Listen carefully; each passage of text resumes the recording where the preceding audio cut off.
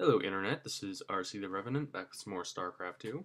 I actually just recently got a friend into StarCraft for the first time, so I gave him one of the guest passes that you tend to get with Blizzard games.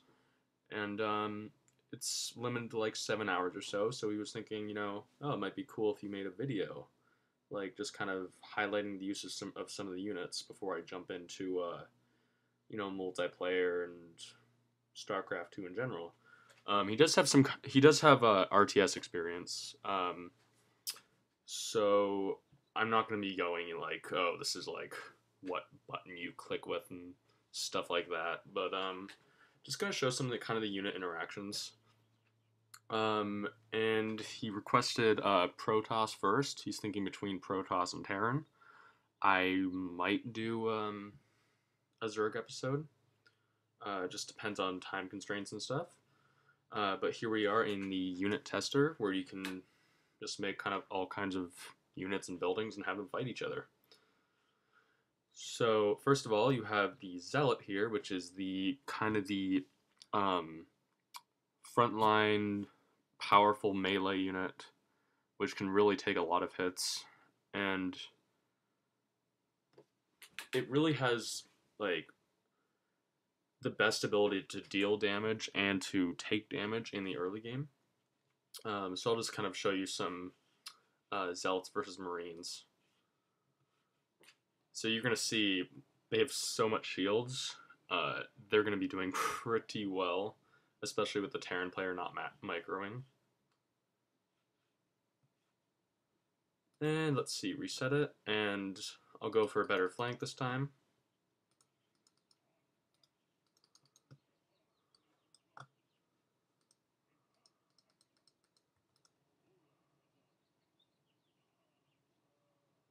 And you see they'll still take out about, one Zealot.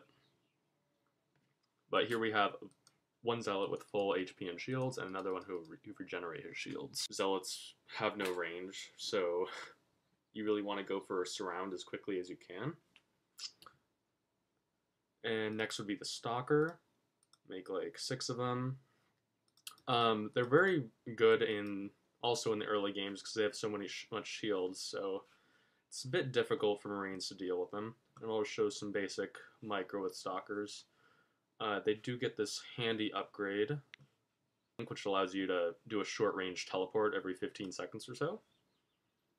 So I will enable that. Okay.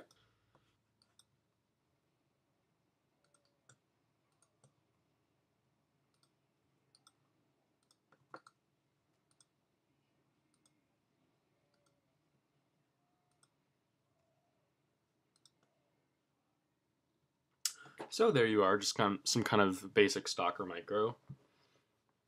I mean, of course, and by the time you would have Blink as a Protoss, a Terran player would likely have Stim, which would allow you to chase, but still, you can see that the Stalker has quite a bit of cost effectiveness, good bang for the buck. And it also has, like, some of the fastest early game speed, especially with Blink. It's the fastest unit until you take, like, stuff like Stim Hack and Zergling Speed into effect.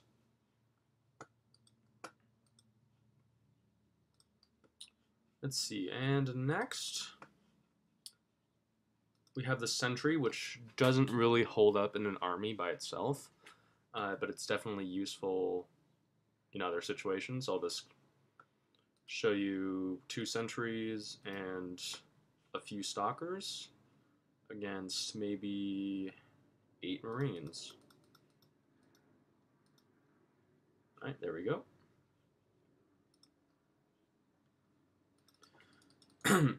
So the Sentry has a few useful abilities.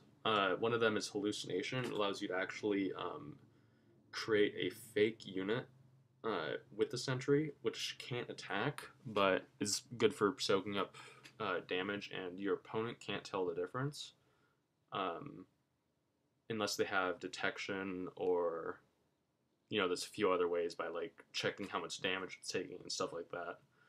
But basically, they're fake units that don't have as much health, can't use spells, and can't attack at all.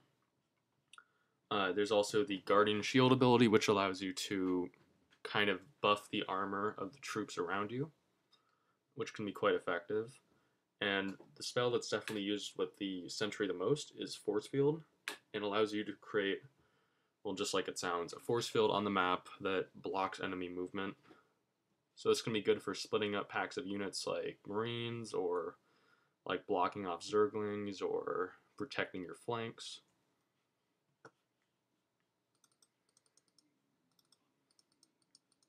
Alright, so I'll show you some macro here. I mean micro.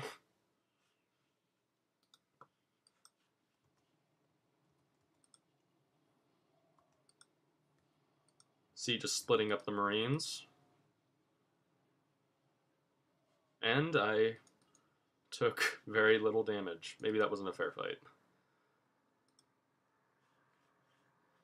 So I'll add 2 more Marines to the enemy forces.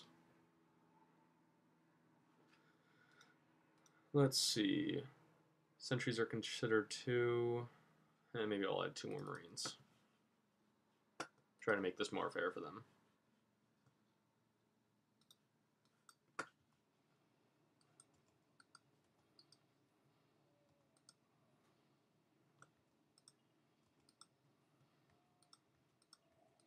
Okay, I might have made it too fair for them, but you get the idea.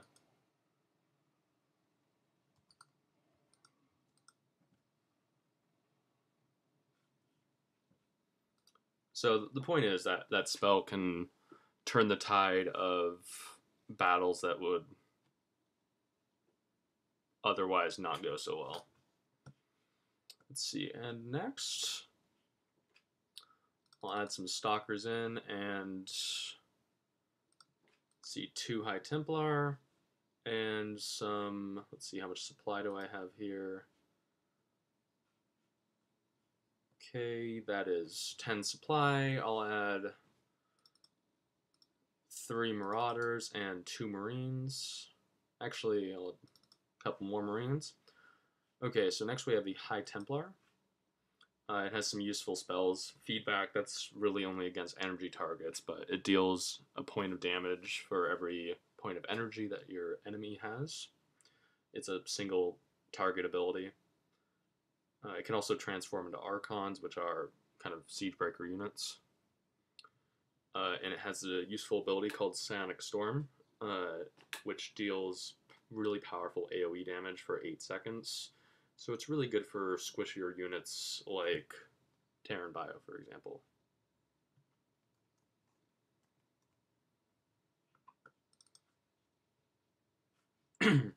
Okay, so here we are.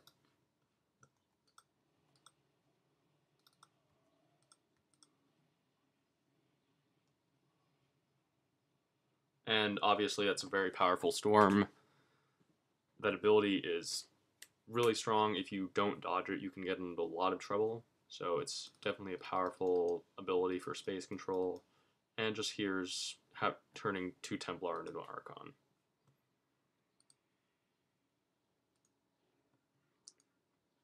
So basically it's not finishing warping. Oh, there we are.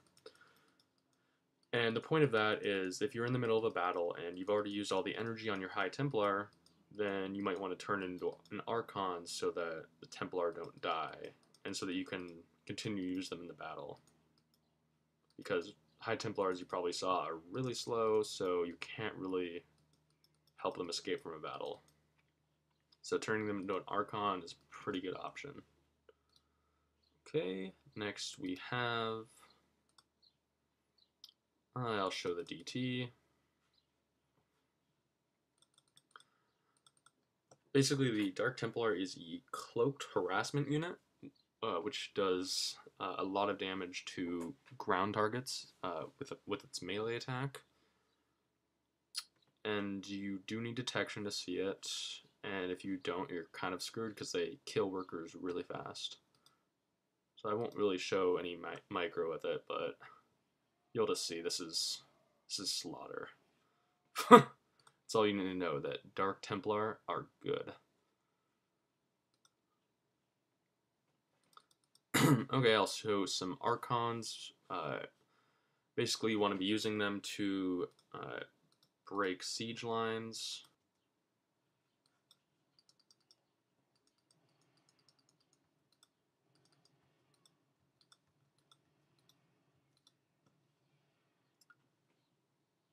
So as you can see, Archons are pretty good.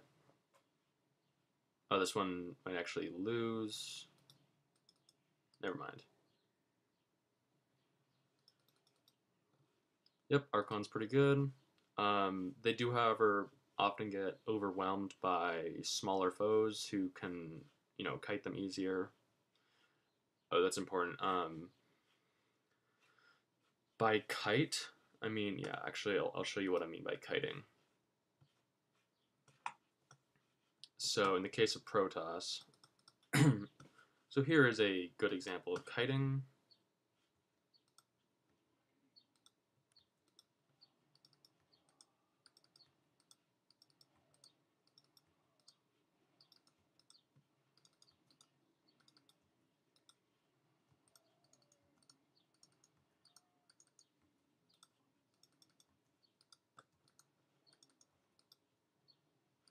So that just allows you to not take unnecessary damage when you have a unit that's faster or has better range than your enemy's units. And let's see. The Observer, I'll skip that because that's just a detector, it has no attack. The Warp Prism is just a dropship, it doesn't have any attack. The Immortal, I've always had mixed feelings about the Immortal. Okay, so the Immortal does really good against, it does really good with breaking siege lines.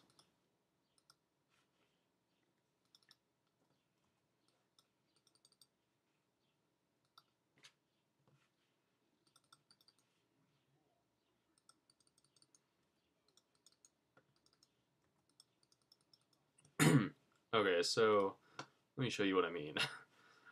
That is 50 damage versus armored. That is, like, huge. That's one of the biggest, like, hard counters in the game.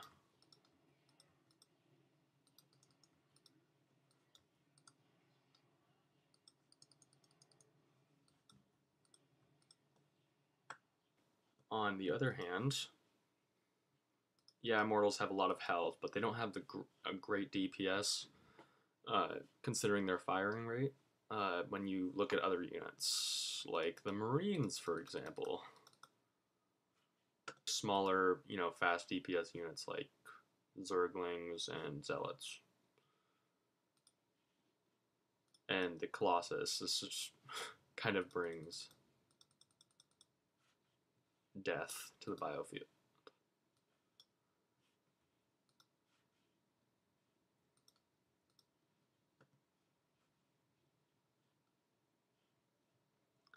I mean, look how good that is. That's crazy.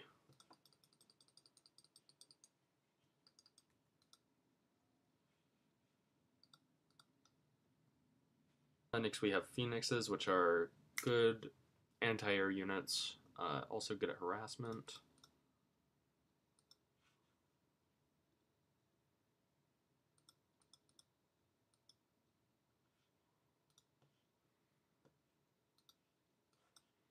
So, as you can see right here, Phoenixes are very fast. They can also attack while moving.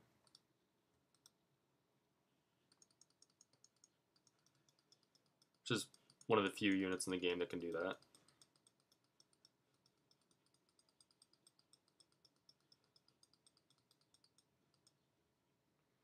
So the Vikings actually just barely came out ahead there.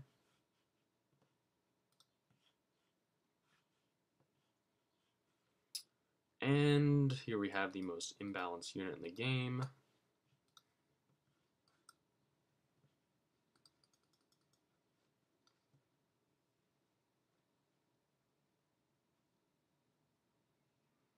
And as you can see here, Void Rays are very good. Void Rays are meant to counter like heavier armored units, but pretty good against Vikings too.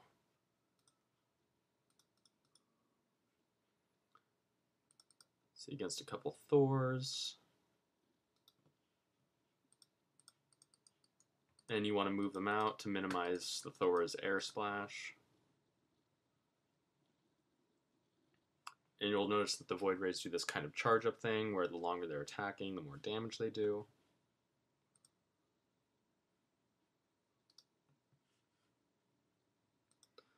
And here we have the ultimate Protoss vehicle of death.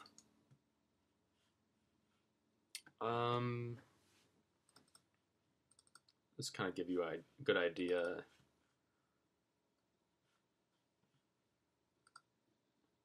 See, 24 supply against an even number of carriers.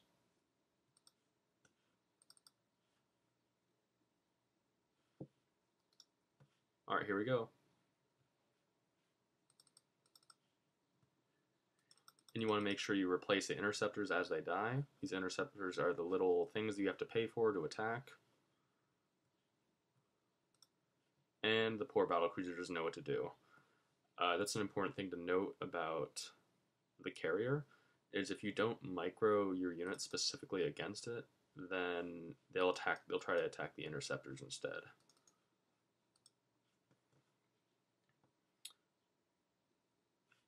So that, obviously I didn't show every unit composition that there is that you could fight against, or, you know, big armies versus big armies.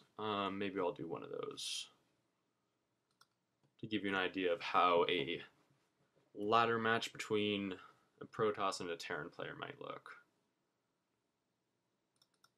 So you have you want to have some Zealots in front, maybe a couple Archons, or you could substitute them for Immortals. You want some Colossi, and you want a bulk of Stalkers. Against the Terran opponent, who wants a bunch of Marines and Marauders, a few Medivacs, and some tanks. And let's see, how many Marines do we have in there? Okay, I'll throw in some more Marines. So this will give you a pretty good idea.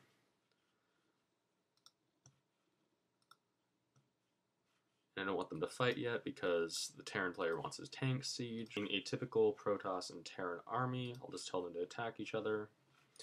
And I'm not going to micro, but you'll see Protoss is doing pretty good because he has Colossi. Obviously, there's stuff you can do against this as Terran. You want to split your units. just the Medivacs left over. Okay, but that gives you a good brief overview of kind of some of the Protoss and Terran arsenal.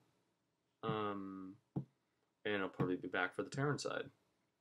Alright, this has been RC the Revenant with Men of 1,000 Names, and I hope my friend and anyone else who's a newer player got something out of this.